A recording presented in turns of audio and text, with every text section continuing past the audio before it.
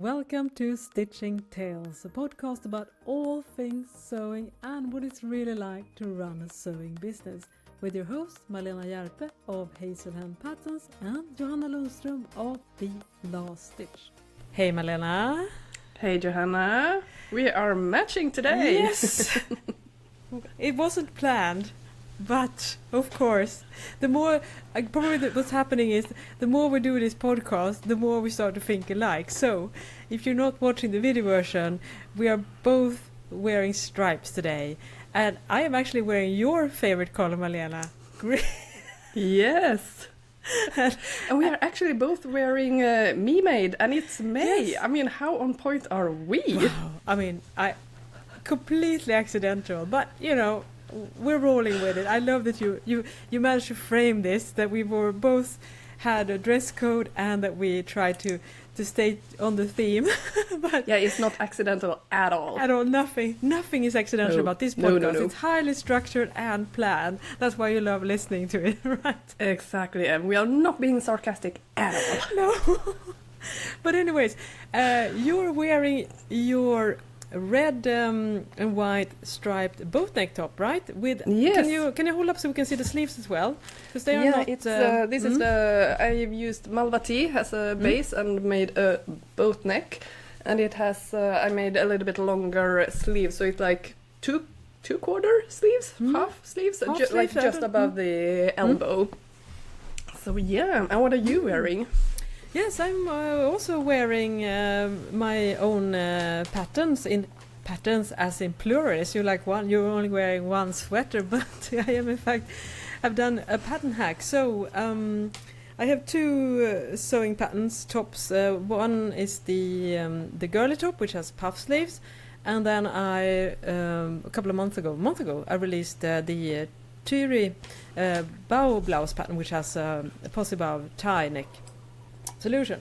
But the cool thing is that the sleeves are interchangeable, so you can use the sleeves from the Tyri top and add those to the girly top and vice versa. So what I'm wearing right now is I use the bodice from the girly top, and then I add the regular sleeves from the Tyri top, and I also used ribbing instead of self fabric for the cuffs, and I also added ribbing instead of self fabric for the neckline, and I also added a waist cuff. I'm holding it up now so you can see if you're watching the video version. So it's super comfortable. I mean, this is like wearing a long sleeve pyjama top, and it was in viscose, yeah, right? It's a rayon, exactly, rayon jersey. It looks super soft. Yes, and the ribbing is cotton, so it's always a little bit tricky. That's the drawback of being a home sew is the fact that it's really difficult to find the exact same shade, which is something because I was buying fabrics for our upcoming book to a T, and I mean, let me tell you, it was the struggle because I wanted to have like matching, and even shades of white and off-white can be slightly different. So I was actually happy that I had in my stash reasonably the same type of marl grey for the ribbing. But I mean, it's so difficult. You can think, I just want dark navy, and then you're like, oh, but the fabric, it's not the same dark navy. It's just black. I mean, black can go green, it can go reddish, it can go grayish, it can go bluish. It's so difficult to. I guess in the garment industry, it's washed in some way, right? So that it always matches. Yeah, I mean, it depends a little bit. Big garment buyers, I mean, they produce their own fabrics, and I mean, obviously they can really pinpoint what colors they want, and so everything it's matching then. But of course it can be really tricky because maybe the single jersey fabric is made at one supplier, and then another supplier is making the rib, and I mean, there are of course always a little bit of different shades, like you have a little bit of a tolerance, so it could be a little bit ill matching. And also, I mean, you can have It depends, obviously, what kind of fabric you choose. But for example, if you have 100% cotton fabric, but then the rib has a little bit of elastic, elastane, lycra in it, so you don't maybe have the exact material either. And rib and single jersey, they have a little bit different structure, so the light is hitting it a little bit different. So yeah, color matching is a thing. Yeah, it's a thing. It is not as easy as you would think. Yeah. But interesting to hear that this is like an actual struggle in the garment industry as well. Because I was like, oh dang, especially also if you use different types of things, like for example a zipper or fringes or something that is like manufactured at a completely different suppliers, and then to everything align and be same color exactly. It is a thing. Yeah, I guess you have to just let go of it. I love, which is a little bit of an inspiration to me, COS, I think it's COS, yeah, the H&M brand. They do t-shirts that sometimes uses a completely different color on the neckband. I mean, the color looks nice together, but it can basically be like a navy and white striped cotton jersey for the bodies, and then they might use like a pink neckline instead for the neckband. And I'm like, that's pretty smart, because if you do it right, I mean, some things will look not great, I mean, but if you get like the same type of hue or saturation, so for instance if they have the same, they have some like the same intensity, it can work really well if someone has an eye for color match. I can also think that maybe a navy and white striped jersey with a red neckband could look kind of cool as well. So you have to like, think a little bit outside the box. It can work if you have the contrasting sense for colors. the color. This might be a good solution, definitely. Yeah. But this is completely off topic from the... We got sidetracked. So what are you going to talk about in this podcast, apart from the difficulty of getting a matching ribbing to your me-made tops? Well, yeah, but I think it's kind of aligned with also the topic a little bit. I mean, sidetrack. You get sidetracked sometimes. We are going to talk about pivoting in your business. Sometimes it is your business plan and future plans. It's not always a straight road, so to say. Things happen, and you might end up at completely different place than you thought you would. Yeah, might be good, might be bad, but it's things happen. Things definitely happen. So that's why I don't really understand. I guess it sounds the purpose of doing like a 5-year or 10-year business plan, because I think you will have to tear those business plans. I mean, we're talking now of a small business, of course. I mean, if you're a larger company, you need all the have to take into account time and the difference. But if you're like a small business owner, and this changing landscape that we are living in right now, I mean, just think about it. A couple of decades ago, social media wasn't even in existence. I think Facebook came in maybe 2006. I joined in 2007, and Instagram. And I mean, back in 2006, there were no iPhones. I mean, there were no camera phones. I mean, poof.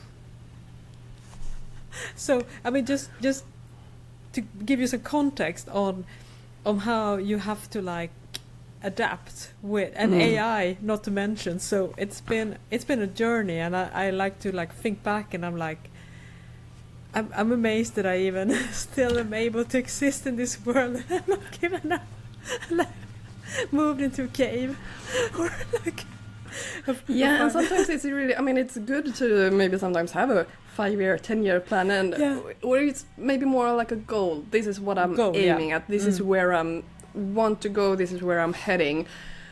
But then along the way, if things do you pivot? Do you stay focused or stay in your lane and just go for it, or do you adapt to whatever come what may?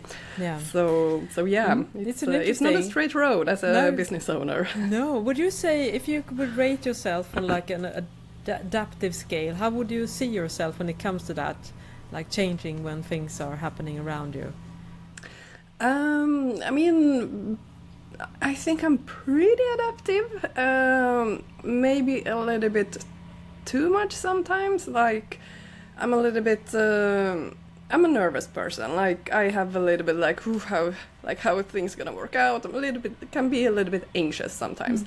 So when I see something that it is not going in the right direction, like, then I change very quickly and try to, find some other solutions. But maybe the best would have been to just wait it out, stay focused, don't panic, be calm, carry on. So yeah, it's I don't know if it's a good thing to be too adaptive or I don't know. What do you say? How do you? Yeah, I would say that when in previous employment, they did like this, employee evaluation, like, team building, blah, blah, blah. The personality test thing, and I think a lot of people has worked in corporate, especially has done this kind of thing. And I scored extremely high on the adaptive. And I also had a similar thought, maybe I am a bit too adaptive in the way that I not like grounded in, maybe I am so adaptive that, in relation to other people as well. So I always try to like adapt instead of like being perhaps a bit more secure in my own values and what I believe in. Instead I do a lot of things like that relates to other people. So I too felt a little bit like, I think it has benefited me, because I can see if I look at myself in relation to other people's in my employment life, I would say that I would probably be in that segment that is quite quick to adapt to new technology and pivots and things like that. So, but just like you, I am also like anxious, can be anxious about these things, and I think it's a control issue in a way. So if you're always like, if you meet an obstacle, I guess the way you want to gain control is to think of your next move. And as you say, sometimes these moves can be too quick to make, because you tell yourself that you have to change because you have anxiety. But it's like, as they say, anxiety is just a feeling, it's not fact. Yeah, but it feels like you're doing something at least. You just, but maybe you're running a little bit in the wrong direction instead, and get lost along the way. So yeah, it is a bit tricky to navigate when to. And I think that's the biggest issue as being your own boss, having your own company. Yeah, making those decisions. Is it the right one or wrong? Like, or there are maybe no wrong or right. It's just different decisions, and it is so difficult to know what to do with the information that you got in the situation that you are. Now that I look back on things, then I might say like, yeah, I would then have done things differently and maybe not chosen those decisions.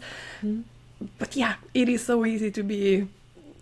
In Sweden, we say efterklok, like after wise. Like in the after end, the fact, you were like wise after. Hindsight is 20/20. I think they say it in English, right? It's similar, right? Yeah, but you wouldn't have been able vision, then it's know all clear. It back then. Yeah. But do you have any examples where this has played into your decision making?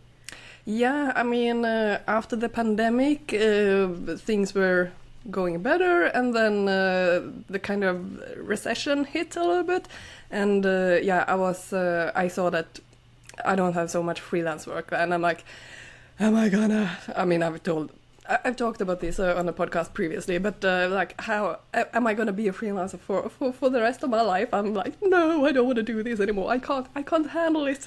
I'm panicking. So then I applied went back to school and started to study to become a carpenter, like building houses. And now looking back at it, it was like maybe that was a little bit of a irrational decision. I was a little bit too quick. I should have just waited it out a little bit, because I did have some freelance work during that time as well. And I think, didn't we write we did the book during your carpenter year? Yeah, and I mean, exactly. It was a Talk lot. about two different worlds. You were straddling all at the same time. You were still doing freelance pattern making job. You were working on the book, and then you were training as a carpenter, being outside, and all the things. Yeah, I mean, I was exhausted during that year. time. Yeah. I was not. I was not in a good place, to be honest. No. I wasn't the happy person that I could be. But then again, it's easy to know now afterwards. Like, I started to get freelance work again after I did that 1 year of studying. I started to get work again, and it was like I could have managed financially to just sit tight during that year, but I didn't know. I didn't know where it was gonna go, and what was gonna happen in the world. So it is easy to say now, maybe I would have chosen differently, but it's not like I'm regretting it, because I did do what I thought was best at the time, and knowledge about how to take care of my own house now. I mean, we are house owners. I have built a patio, me and my husband together, and we have done things on the house. We have made the isolation and inner walls on the not shed, but our carport shed combined. So I'm like, I have been able to do things myself as well, thanks to this knowledge that I got.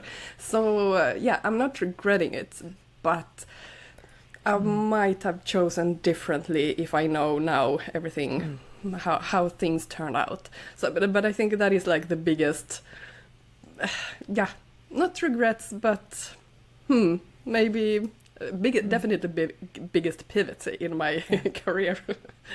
Completely 180 and do something completely else. But sometimes also it was kind of, I look at it as a gap year in my freelance work. It was just I could focus on something else. Yeah. But do you have any big I have a pivots similar, in your... I think you and I are both like risk averse people. So it's so much pandemic related, I think, as well, and all the things that's been happening in the world. But what happened was that I had a full-time day job in communications. It was a job that I enjoyed, but I was also straddling the last stitch on the same time, and it was a lot. I mean, I've talked so many times about my burnout, and it's been an ongoing issue, especially those periods where I tried to straddle both the day job and this growing company.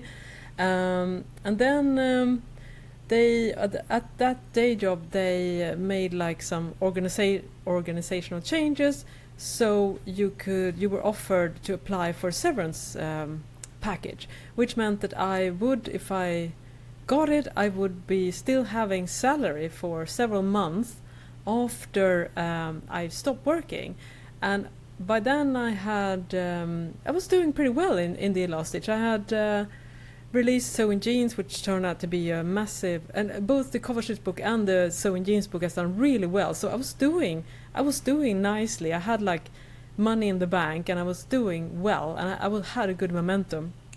And then, so I decided to apply for this, and I got the severance package.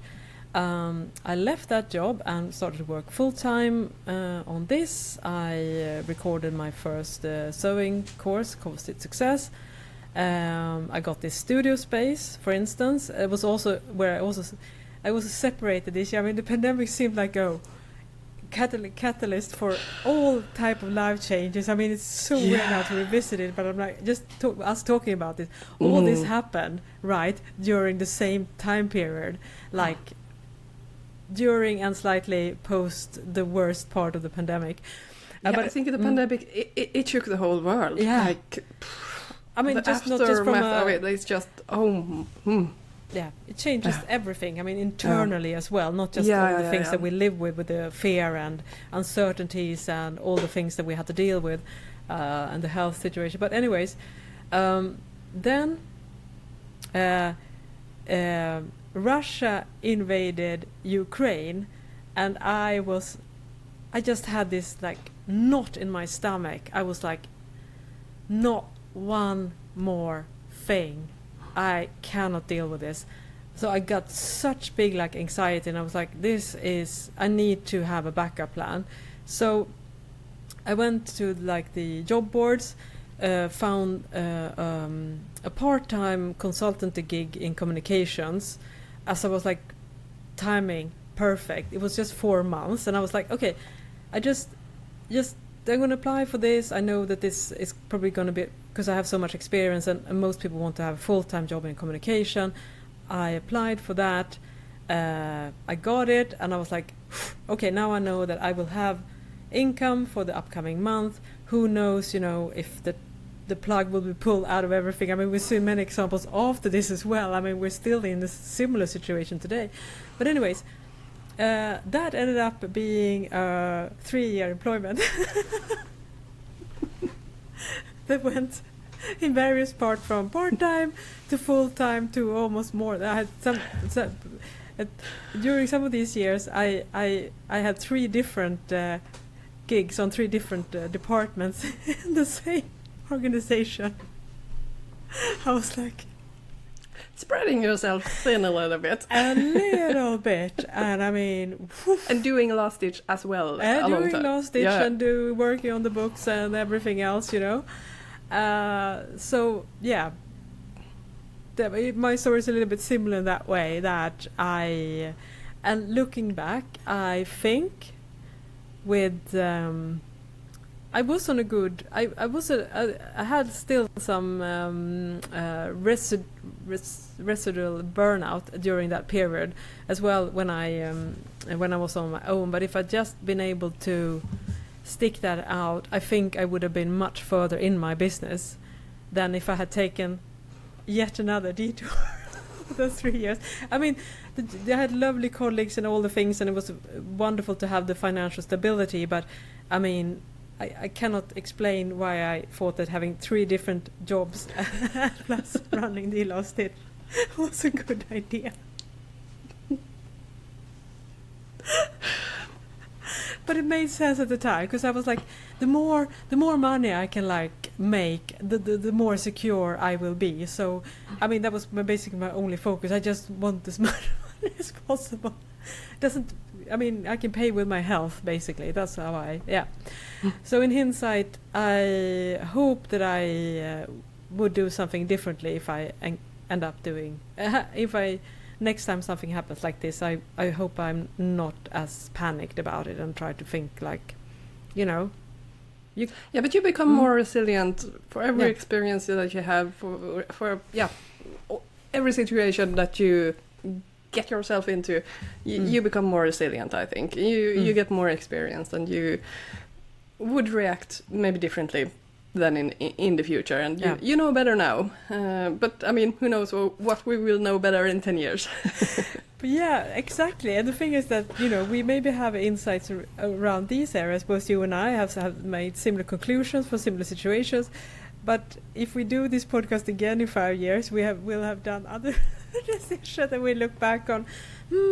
I should have maybe thought about this, or maybe be, as we say in Sweden, like sit still in the boat, basically. Exactly. And also, of course, asking the right type of questions. Maybe I think a lot of time we also make decisions that we're not like really have the full pictures, because it's very easy sometimes to say yes to things very quickly, and then after that you start to think about the consequences of this. This has been my ongoing practice in my business as well. I've been very much a yes sayer, and I feel like if you're running your own business, you have to be like, say yes to everything, because you never know where the opportunity comes. But I try now to think I have a battery indicator, and I have to think this is the core things I should work on in this business. If it's outside that, there has to be other monetary reward or something else, that could like really bring something into it. So I've now I don't say. Before I could be like, if I got an email with something that I'm not, or a text, or I'm like, yes, sounds fun, and then I'm like, but did I really like think about this thoroughly and the consequences and how the extra work and the mental energy? So now I always have like I give myself a grace period. I don't feel like I have to answer quickly. I try to sit with it for a bit, and then I reply.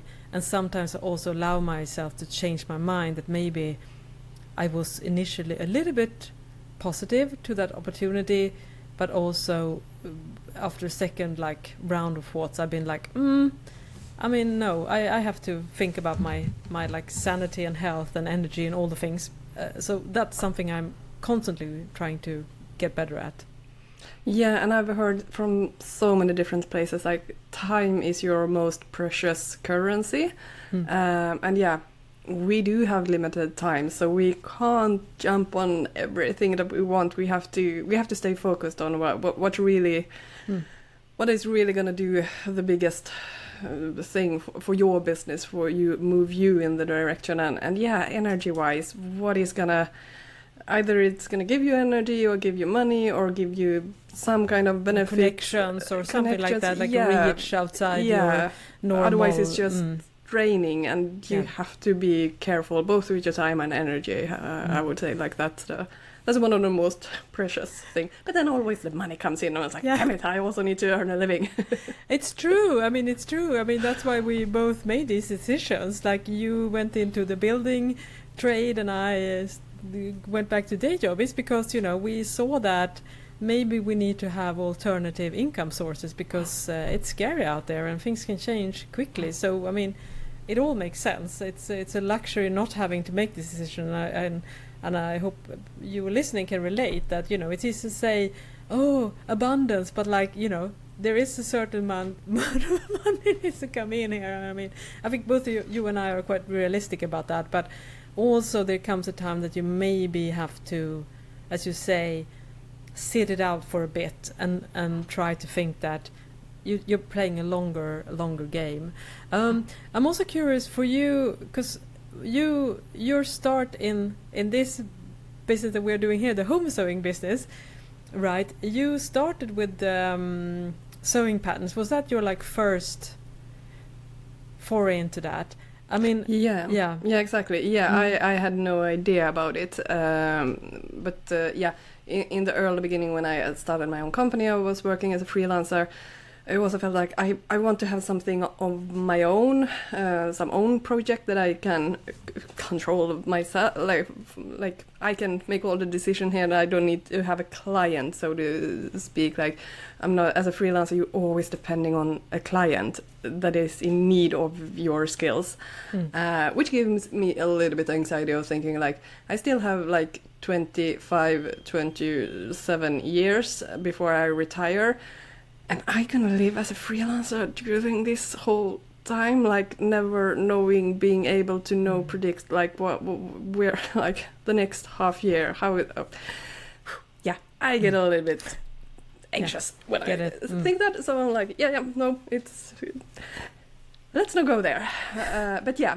So to avoid just relying on clients,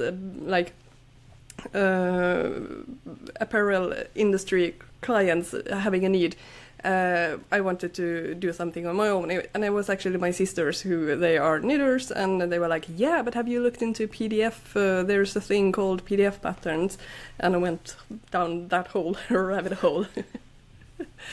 and it was also a little bit with the timing. Because I did have some freelance work, but then the pandemic hit and things were just stopped basically. Then I quickly shifted on to just focusing on the PDF business, and I was also on maternity leave during that period of time.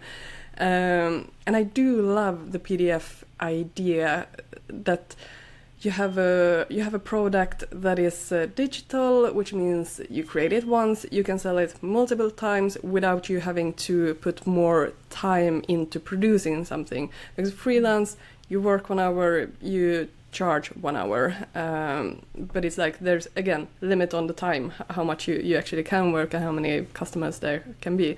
But the PDF is like, but that's a like endless possibility. It's scalable basically.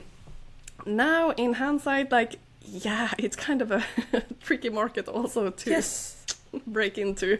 Yes. And this whole like, yeah, you kind of need clients and customers there as well. Of course, it's just different customers than so you have to buy something from you. Put yourself out there, reach the bigger whole audience. Thing, so it's not like it's a passive income, because if no one knows about your sewing patterns, how are they going to buy them, right? Yeah, no, exactly.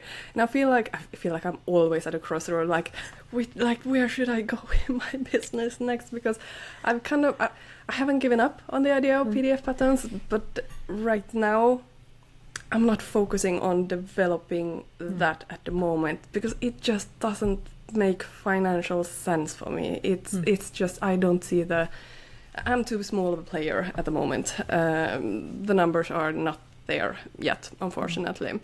But yeah, then from left field came this whole bridal thing. Talk about a pivot. Who saw that coming? I mean, was that like a year ago? I mean, when was it? No, I moved in there, I think it was in October that I moved, because I was changing my, where, how do you say, my office space basically. So I moved in the same building as they were sitting, and then we started talking like maybe I should help as well there. So it was like easily phasing into the idea of actually starting to sew bridal wear or doing alterations. I'm not sewing bridal dresses in that sense.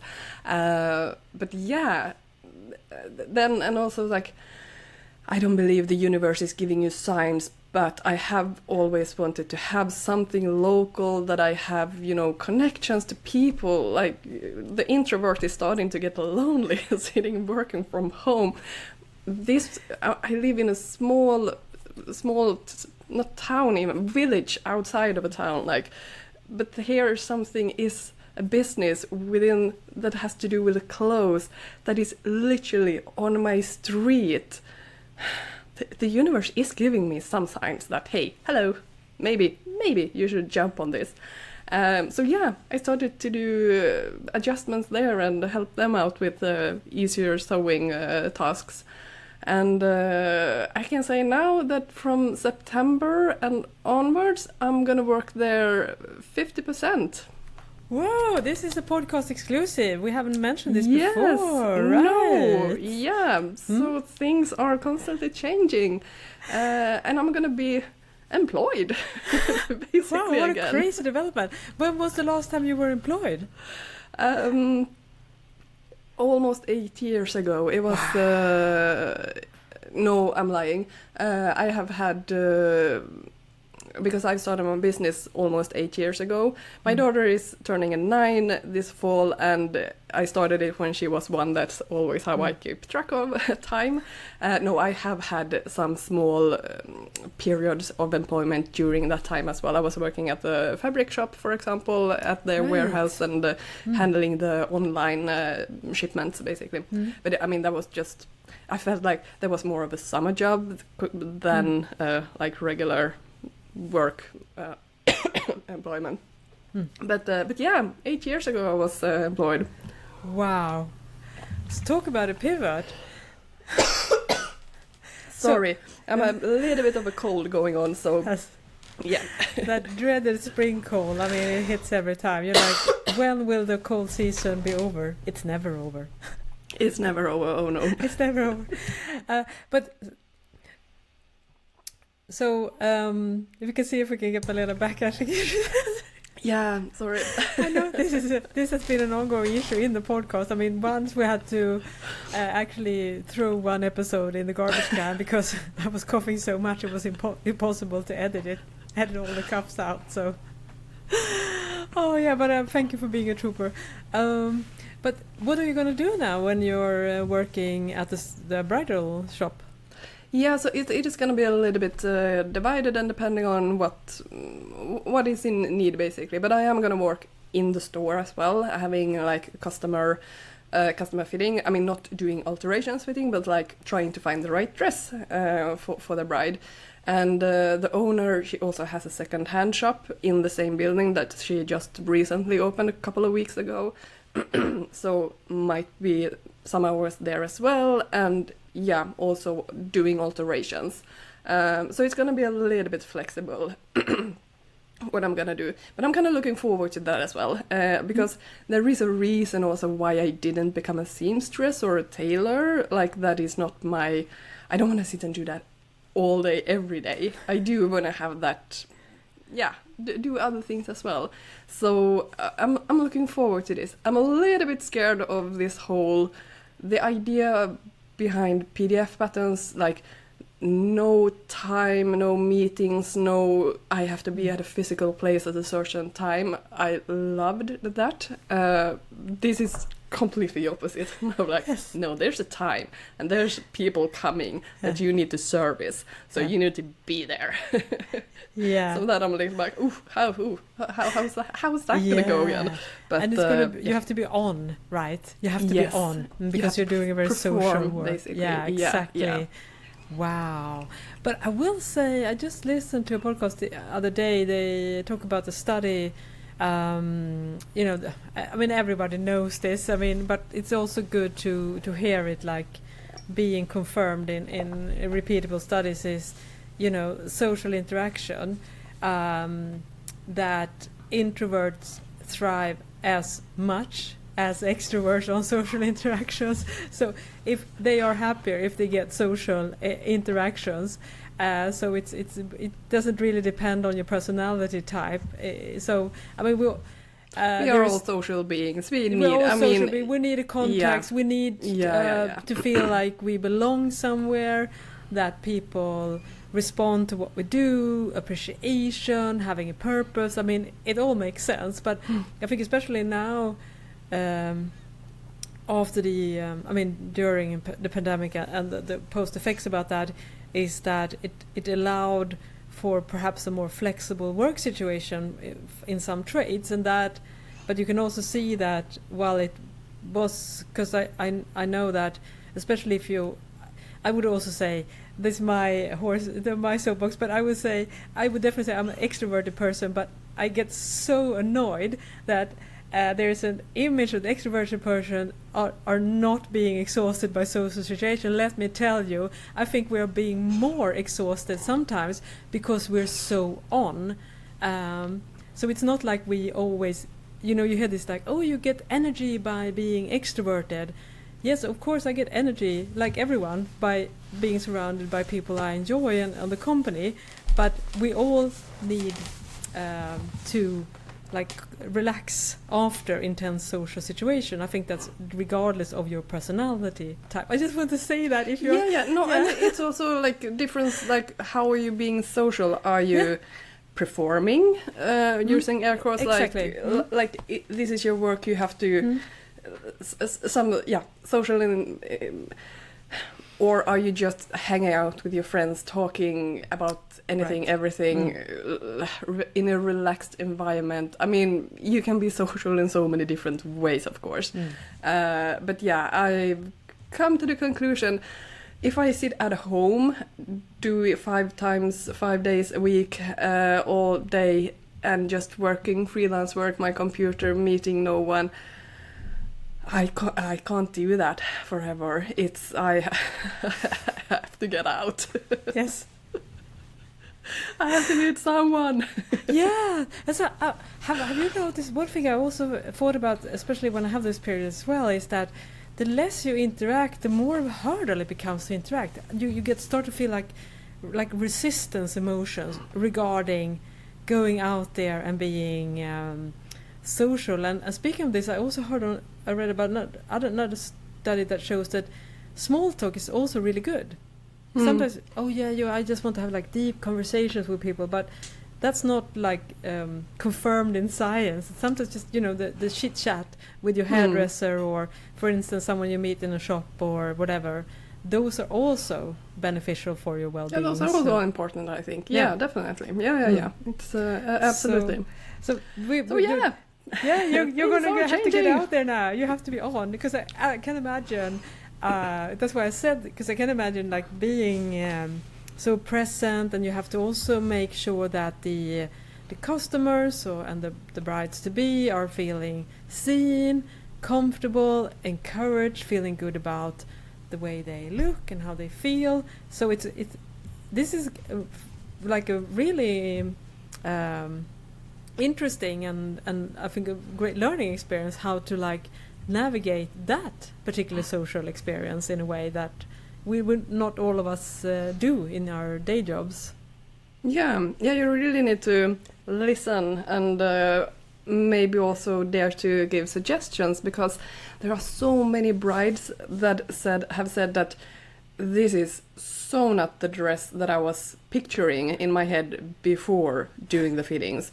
But then after they fitted certain silhouette, certain style, certain dress, they was like, no, but this is it. This is the one. And you had no idea about it before. So to actually dare to push them also into just trying some other things as well, compared to, I mean, if they have a set on like, no, but this is the thing that I want, sure, of course, listen to that. But if they are like, yeah, but I don't really know, then yeah, and things are looking so different on a hanger compared to on the body. So yeah, I'm scared, but it's a good scared. Yeah, great for you, and it's going to be so interesting because you're starting now after the summer, right? So it's not Exactly. right now. You're still doing your regular. You're doing alterations and helping out a little bit right now as well. Yeah. And also, I know that you're a reality TV connoisseur of some rate. So when will you start watching Say Yes to the Dress? I have actually started. You have started? I kind of forgot about it because we talked about it several we weeks talked about ago. it, I think, off That mic, this is yeah, the best 'cause research program ever. But then I forgot about it, and now I have I watched half a program. I mean, I have watched some episodes way years and years ago. So I mean, I know what it is. But yeah, I'm gonna start watching that now. Not in the evenings. This is when I work at home. I'm having lunch at the TV kind of show, because I don't want to think about work after 8 o'clock in the evening. That's where I draw the line. So no, it's not. This is a lunch program. It's gonna be a lunch program for me, not an evening program. Huge difference. Huge. Yeah, I can imagine, because now you have to look it with your working glasses. Exactly. Because you mentioned that in a previous episode that one of your ways of decompressing and relaxing is to watch reality TV, like Real Housewives and things like that. And I can just shut off my brain, not think about anything. Just that's not the goal of yours, maybe, to get into the real. Otherwise, you would have the Real Housewife of Holmsund. That's the right. No, in the evenings, that's my guilty pleasure, taking care of myself, watch something that has absolutely nothing of a purpose, like, you know, the pure purpose is just to relax, to chill, to, think about nothing. That's a goal in the evening. Yeah, that's good to hear. Because I accidentally, basically in desperation, started to watch because I have zero interest in this topic. But I kind of found it was such a weird world. I mean, if you're not into it, I mean, if you're not like part of it, I thought it fascinating, because I remember that you and I talked about it, and I was thinking maybe that was something for you. I'm glad to see that you have revisited the series, and you're treating it as a job, which you should. Good for you. It's good with boundaries. Yes, boundaries. You have to have them. But that's my little pivot again here, a future pivot that is going to happen. Do you have any pivots in your mind at the moment? What is going on with you? No, but I will say that, but that is more like the opposite of a pivot, because I've had. You're gonna stay in your lane. I'm gonna stay in my lane. You listeners are gonna keep you, Malena, and the listeners and viewers. You're gonna keep me accountable for this, because stay tuned. Come fall, something goes down, and I'll be like, ah. But anyways. So I made a big pivot last year. If you haven't listened to the podcast from the beginning, in the summer 2025, after a lot of internal soul searching, I made a decision that I would leave that 3-year long part-time job, the 4 month, the 33 months, 3 jobs as well. Yeah, 3 jobs, and I had scaled down, so I had just one job left there, and I had also taken a leave of absence for a bit, and when I came back, I was realizing that this is unsustainable. I mean, I had knew this for years, but sometimes you don't learn the first try. You need to be it's a process. So then, because obviously, and also due to the fact that I have been working so much, I did have a financial runway to actually feel a bit more safe. So what happened was that I decided in the summer that it must be a year to this day, because I remember that I talked to my boss in May and said that I have thought about it, and I need to focus on the last stage full time. It's just too much. I can't do it anymore. So I quit I think I did my final month in July. So from August 2025, I've been doing this full time, but with the same type of anxiety. That doesn't go away. No, I don't know why. I mean, obviously it makes sense. So every time, from tariffs to the weak krona. I mean because as we live in Sweden, a small country. We have if you sell a lot to other countries, it's been helpful for a while, because the krona was so weak that we were able to get a reasonable income because of the exchange rate. But then the krona became strong all of a sudden, and then 15 to 20% of the income was lost, just because of the exchange rate. So it's a lot. I mean, it's okay. So without that is, I mean, to be honest, no, I don't want to sound too stupid now, but that is my Achilles heel, the exchange rate. So it's it's if one is strong, one is weak. Which one is good for me? Which one is bad? So the thing is, I have had it explained to me. I'm yeah. I'm just gonna nod and pretend I hear you. I hear you. There are basically, I think, for when currency is weak, the companies that are exporting goods are usually doing well, because you get more from the other countries when they pay you in their currency. So for instance, my sewing patterns are set in US dollars. So for instance, so if the price for a pattern is $16 US, if the krona is weak, or our currency, then I get more kronas for that $16. And then if the dollar gets weak and the krona gets high, then I get much less money. But for the private citizens, it's great to have a strong currency, because then it's cheap to travel. So it's you gain some, and it all depends. So a lot of people love when their currency is strong, because then you can travel and have a lot less expenses. So, but for a business, so not just you have to make sure that you sell as much, you have to start selling 15 to 20% more. Because, so just to give a few examples. So I had a lot of anxiety around that, and then of course, which I talked about previously as well, when Amazon destroyed my books. Yeah, go back to that episode. It was, I think, probably called Book Drama or something like that, if you want to go back and hear that story. And just a lot of stuff has been happening. And of course, we have the current situation as well. Another war. Oil is rising, inflation. I mean, it's a mess. But what has happened with me personally is that even though it's even more unsettling now, than when I started a year ago.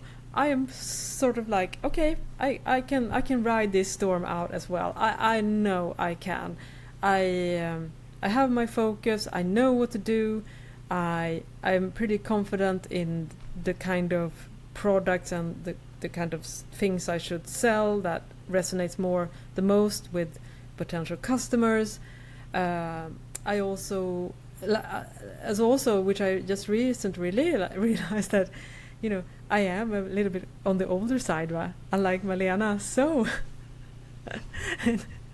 I'm turning 55 next year, which is, I'm not saying I will, but you're able to take some pension money, so you can retire part-time. So I'm not saying I'm going to do that, but that's also another way, because I plan to work as long as I possibly can unless I get ill, but I can also have that as a security as well, just a little extra money for the rainy days. So I think for me, I've not felt so little anxiety, I should say, as I've done in the last couple of months, because I have decided to stay put. I will make this work. It's gonna take a long time, if I can feel financially stable. But I'm sticking to the plan. Even though the plan might change, on the right plan. Yeah, exactly. Of course, right path. What the last stitch will be in 10 years is probably not what it is today. I mean, I just thought about it, before we start recording this episode, that I have had several iterations of the last stitch as well. I mean, I started in 2008. I started as a sewing blog, then I made clothes and sewed on Etsy. Then I took a break, then I went back with the first plan my first plan was to release sewing patterns. But then I was like, and that was back in 2015 maybe, 14, 15. But then I was like, wow, there's already so many great patterns out there. I think I'm too late to the game. I was like 10 years ago. So I was like, no, because I had planned to do some activewear sewing patterns, and I realized there are several companies already doing that. So I was like, but there is no book about sewing activewear. So that kind of informed when I did that book, and then I had the same but there is no cover stitch book and there is no sewing jeans book. So it turned, I do release sewing patterns, but very clearly early on, everything the market told me, the signs were there that your unique selling point is sewing books, or books about sewing and things like that, not sewing patterns. You will never, that's not your superpower, I think, or I'm talking about myself, my unique strength. So that's why I've tried to do that, and also the video courses as well. And but it makes total sense with your other background. I mean, as a journalist, as a communicator, you have studied to become a librarian, books. So many pivots. So many pivots. No, but it makes total sense that books are your USP, basically a unique selling point. Yeah, thank you. Yes, I feel very confident in that. So that's my plan now, is just to stick to the course. I will definitely release sewing patterns sometimes to get my creative flow. I mean, that's more like a fun project rather than, as you said, a financially sound decision. But I will keep on doing books and doing video courses and things like we are doing now, podcast.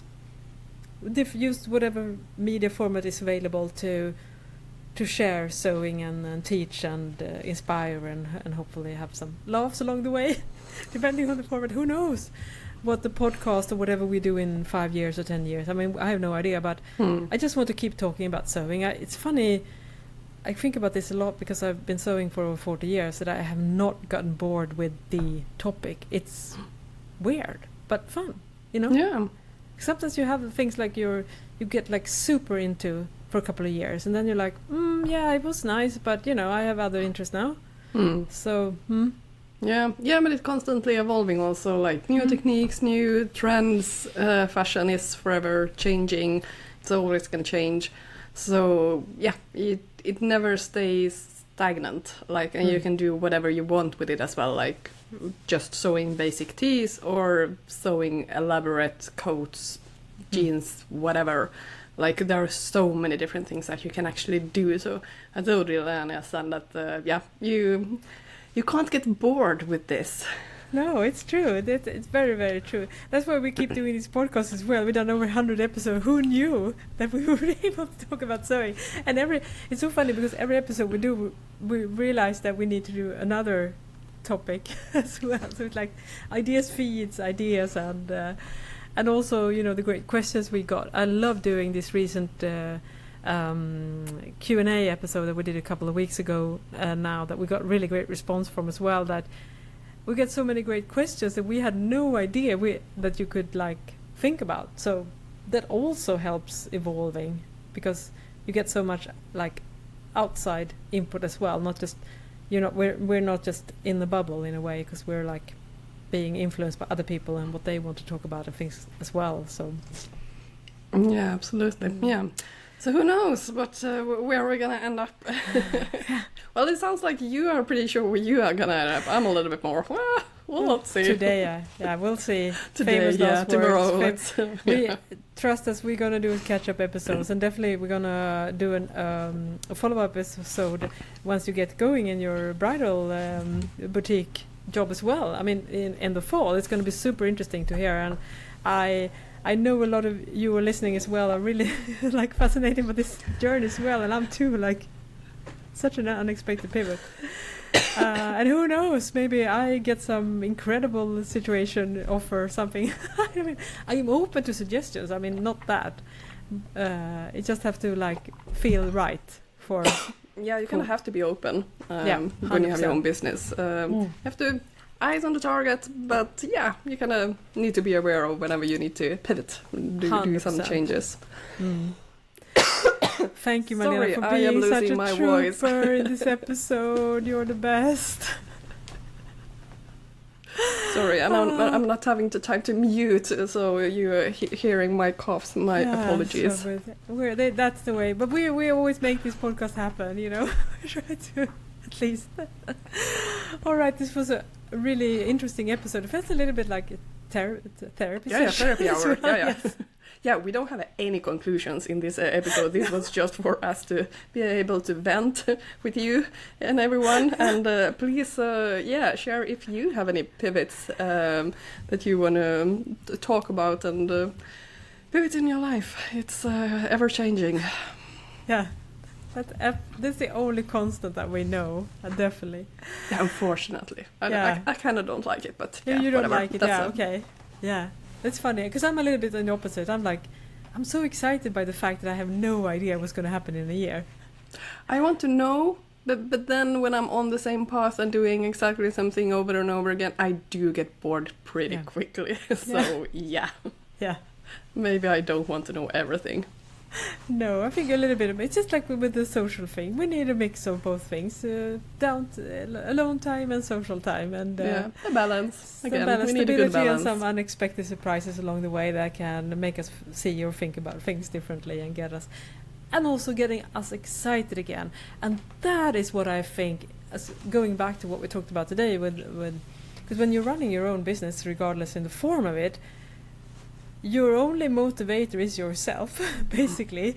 So you have to like water that plant, because if you start to feel like a dread around your work, I mean, it's going to be a struggle. So I think that's why it's so good sometimes to try new things and do changes. I mean, I feel like for us doing this podcast as well as breed new life into my energy, because I get another way of talking about sewing with you. I get a lot of energy that you and I chatting together. I feel like we're part of community, all of you that are listening and watching. So I mean, that's the things that it's good sometimes to like get a little boost of energy doing something a little bit different. I think that's very important to keep the motivation going year in and year out, because it's going to be hard otherwise. I think. Absolutely. All right. thank you so much for listening, and if you want to get in touch or share your pivots, you can do that over at our Instagram account, Stitching Tales Pod, or YouTube channel, Stitching Tales Pod, and email us at stitchingtalespod@gmail.com. And also, if you enjoy this podcast, feel free to leave a review.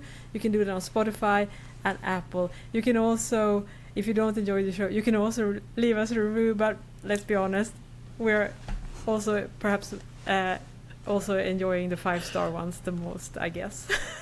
Can we say that? Maybe yes. I mean, all feedback is good feedback, right? But, you know, it's always nice to get the 5-star. We do have a little bit of a vanity. Yes, I mean, things as well, of course. That's the only payment we're getting at the moment. Those stars. Yeah, so true. All right, I am Johanna Lundström. And I am Malena Järpe. Bye bye. Bye bye.